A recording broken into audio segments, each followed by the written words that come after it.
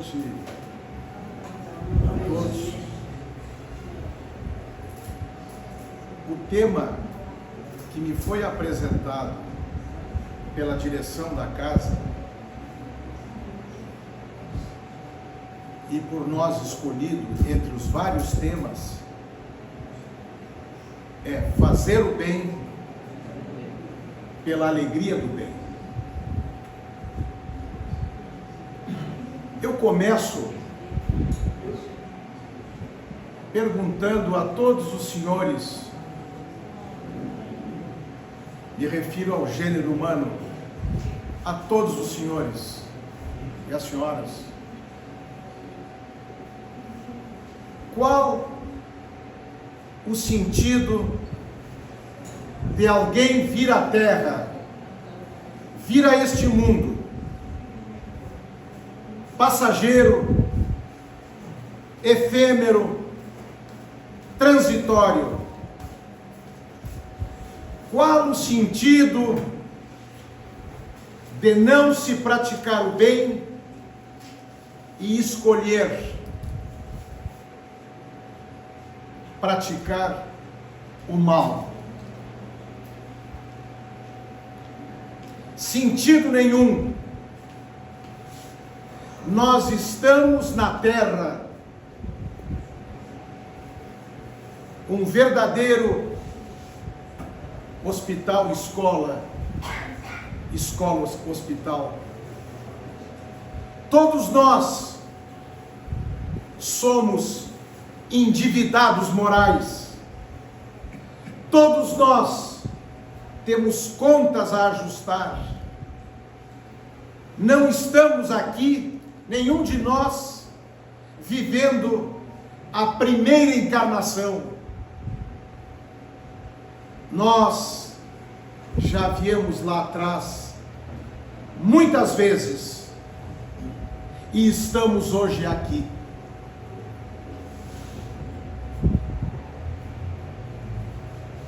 Daí eu pergunto a todos vocês, aqueles que praticam o mal, aqueles que cometem maldades de toda ordem, eles estão adquirindo um débito muito pesado, extremamente pesado, de dor e de sofrimento. A lei de ação e reação está aí para mostrar: a vida devolve. A vida devolve o bem que se faz e o mal que se pratica. Meus amigos, minhas amigas, só existe uma forma de nós irmos quitando a dívida dos nossos erros, das nossas imperfeições, dos nossos equívocos. Só existe uma forma, uma maneira. E o grande tribuno, benfeitor da humanidade e orador, Divaldo Franco, numa palestra memorável, ele disse: nós temos um sentido para vir ao mundo e uma ação a praticar: a transformação moral, a modificação dos nossos hábitos, a modificação das nossas más inclinações, e entre elas, uma das maiores chama-se egoísmo. Egoísmo. Os seres humanos, na sua grande maioria, neste planeta, somos egoístas, enxergamos a vida no tempo do corpo. Achamos que a vida é do nascimento e ao túmulo. Não. A vida, ela se prolonga. Ninguém morre. A morte é da carcaça, é do corpo. Nós continuaremos a viver. Nós continuaremos a caminhada na terra.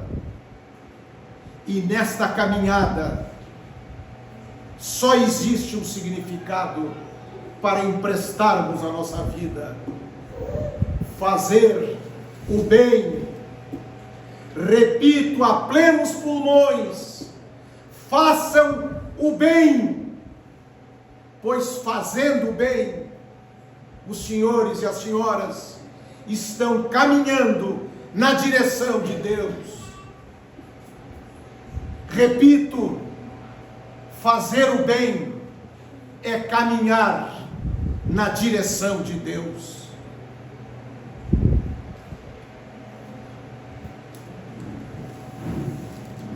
Vocês poderão pensar e me perguntar: fazer o bem exige obras grandiosas, superlativas? E eu respondo com a máxima convicção: não. Aqueles que podem fazer obras, erigir obras grandiosas, aqueles que têm recursos e condições, e o façam muito bem, excelente. Mas aquelas pessoas que não têm condições de fazerem obras de grandeza, como disse, superlativas, de chamar a atenção, qualquer gesto, qualquer atitude é fazer o bem. Ao ingressar aqui nessa casa, vindo de vossas residências ou do trabalho, a vida oportuniza a todos nós fazer o bem. Ela dá condições da gente fazer o bem no nosso lar, no nosso trabalho, com os familiares. Não há nenhuma necessidade da pessoa despender somas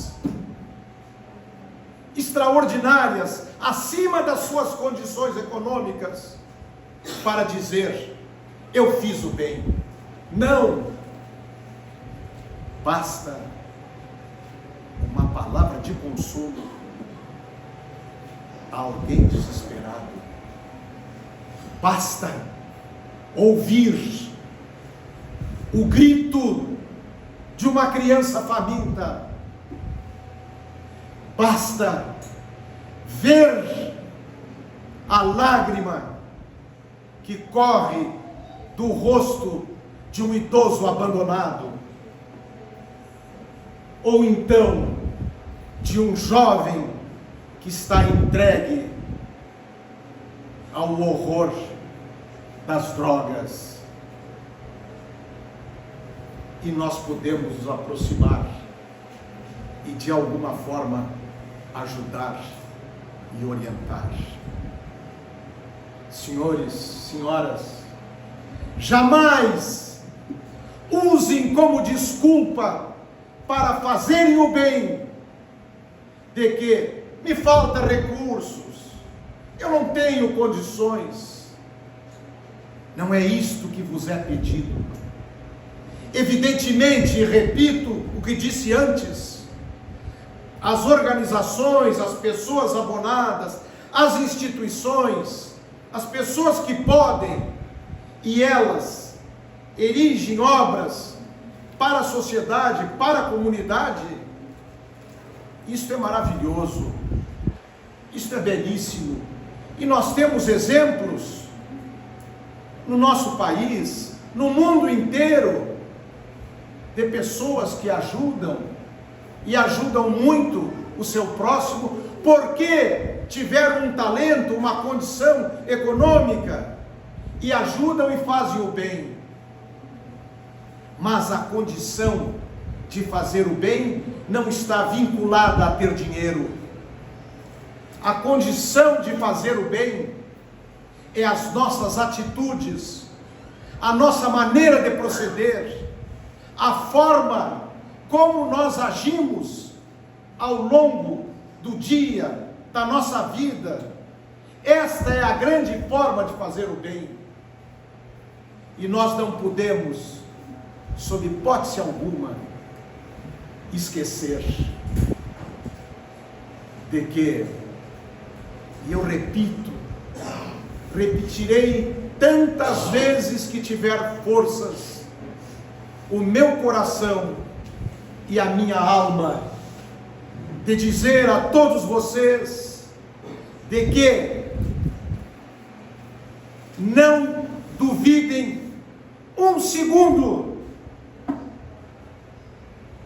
de que será cobrado a todos nós o bem que, podendo fazer, deixamos de fazê-lo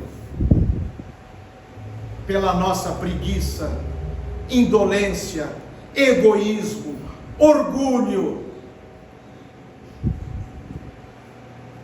achando que só o nosso prazer, as vantagens materiais da vida é que nós devemos nos preocupar, esquecendo que nós na terra somos um conjunto harmonioso colocado por Deus.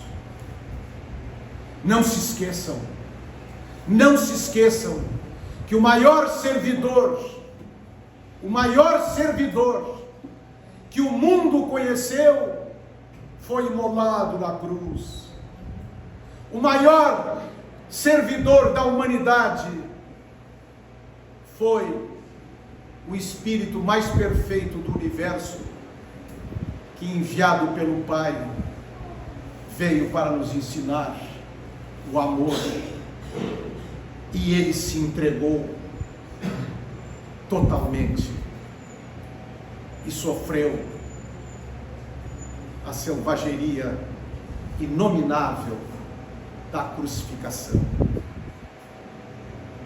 Senhores, há um exemplo na história da humanidade que muitos não conhecem, mas que eu gostaria de referir, e recomendo uma obra maravilhosa que tive a oportunidade de ler recentemente,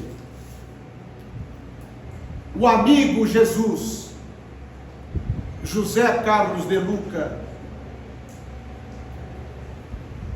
um benfeitor, um benemérito, que tem mais de 25 livros publicados, e todos os livros, o resultado, são doados a instituições de caridade de São Paulo.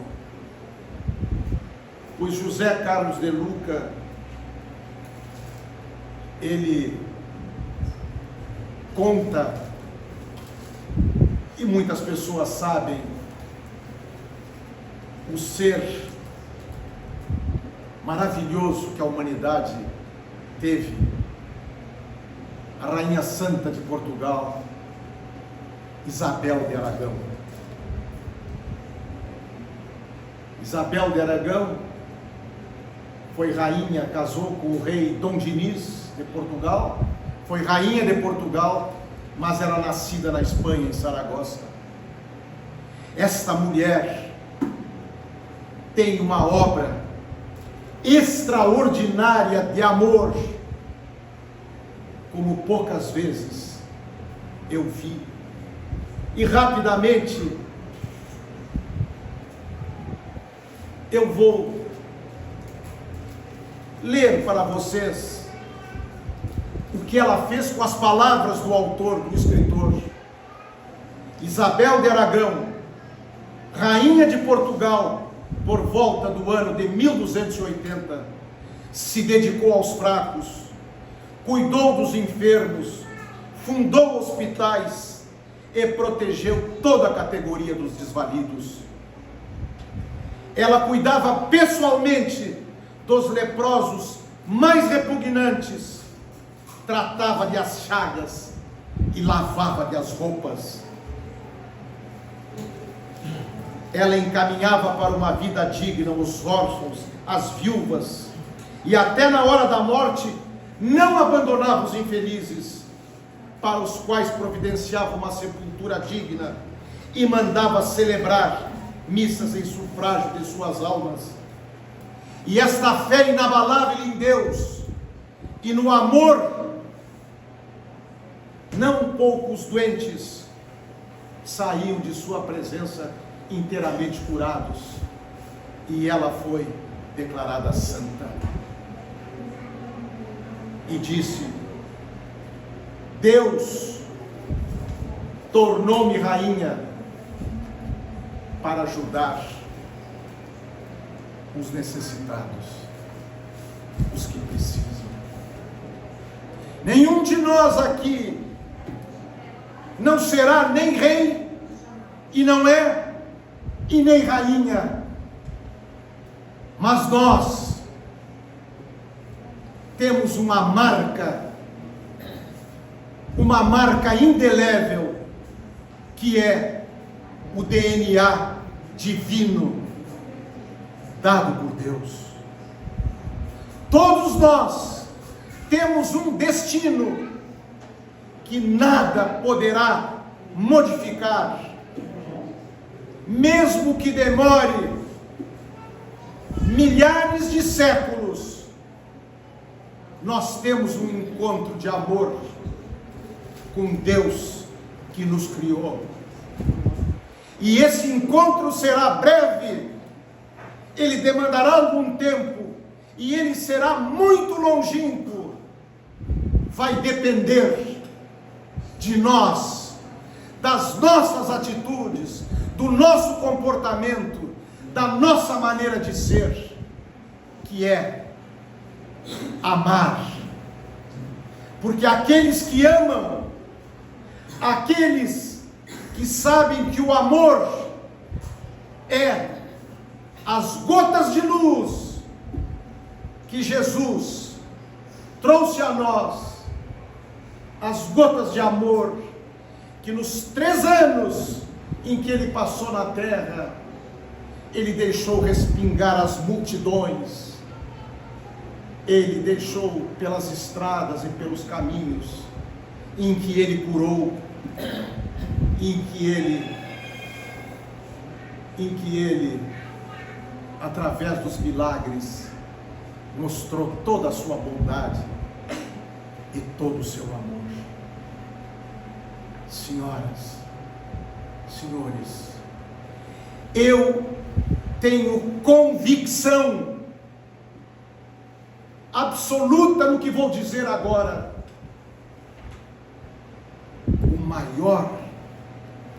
A maior felicidade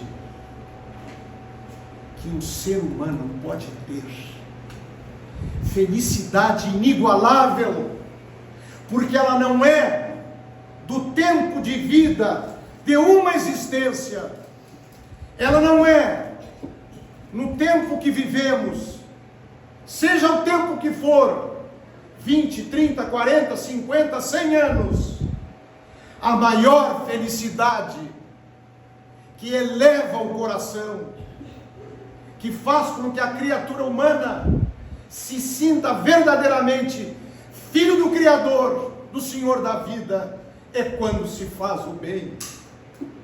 A alegria de fazer o bem é algo que nós trazemos junto do coração e da alma. A alegria de fazer o bem é secar uma lágrima de uma criança faminta.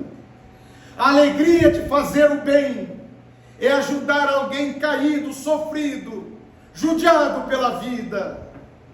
A alegria de fazer o bem é ajudar, apenas ajudar.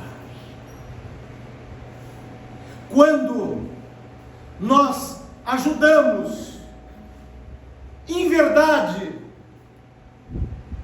é uma situação contraditória, porque nós ajudamos alguém, nós fizemos o bem auxiliando, mas sabem quem é? Quem é o maior auxiliado, ajudado? Quem é a pessoa, entre aspas, que lucra espiritualmente com essa atitude? Somos nós mesmos. Não pensem que ajudar é um ato de um ser que é bom, que é bonzinho. Ah, eu fui bonzinho com aquele cidadão que pediu um prato de comida. Sim, foi bom com aquele que precisava de um auxílio. Tivesse uma atitude digna e nobre. Mas o maior beneficiado, aquele que realmente recebe lá do mundo espiritual uma luz que vai iluminar a sua caminhada, é porque quando se acende uma luz para alguém, nós iluminamos a escuridão da nossa vida. Toda vez que um ser humano tiver uma atitude de amor, de bondade, essa atitude, ela vai retornar. Eu uso muito uma frase curta, simples, sintética, sucinta, mas que encerra, a meu juízo, uma grande verdade. A vida devolve. A vida devolve. E ela haverá de devolver para nós aquilo que nós fizermos para os outros. Portanto, meus amigos e minhas amigas, encerrando, eu vos concito, eu vos chamo ao trabalho de Jesus, eu vos chamo ao Evangelho de Jesus, e eu proponho a cada um de vocês o amor, a sinceridade, a dignidade, a correção. Vamos afastar de nós o egoísmo, o orgulho, as más inclinações que todos sabemos quais cada um de nós temos, e vamos emoldurar com as flores do amor, com a pureza daqueles que se doaram ao longo do tempo na história da humanidade, fazendo bem para as criaturas. Vamos ajudar Jesus. É Jesus quem está a nos pedir.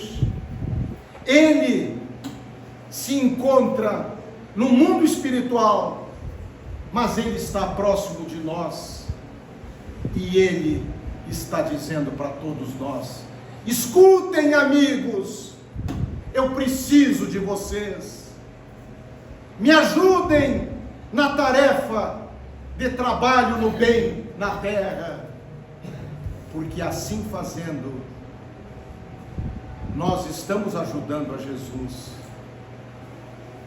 e Ele e Deus ajudarão a todos nós. Eu vos asseguro, com tudo que eu penso e com todas as forças que ainda me restam no meu coração e na minha alma, vamos fazer o bem, vamos nos ajudar e ajudar a quem ajuda a todos nós. Deus, muito obrigado.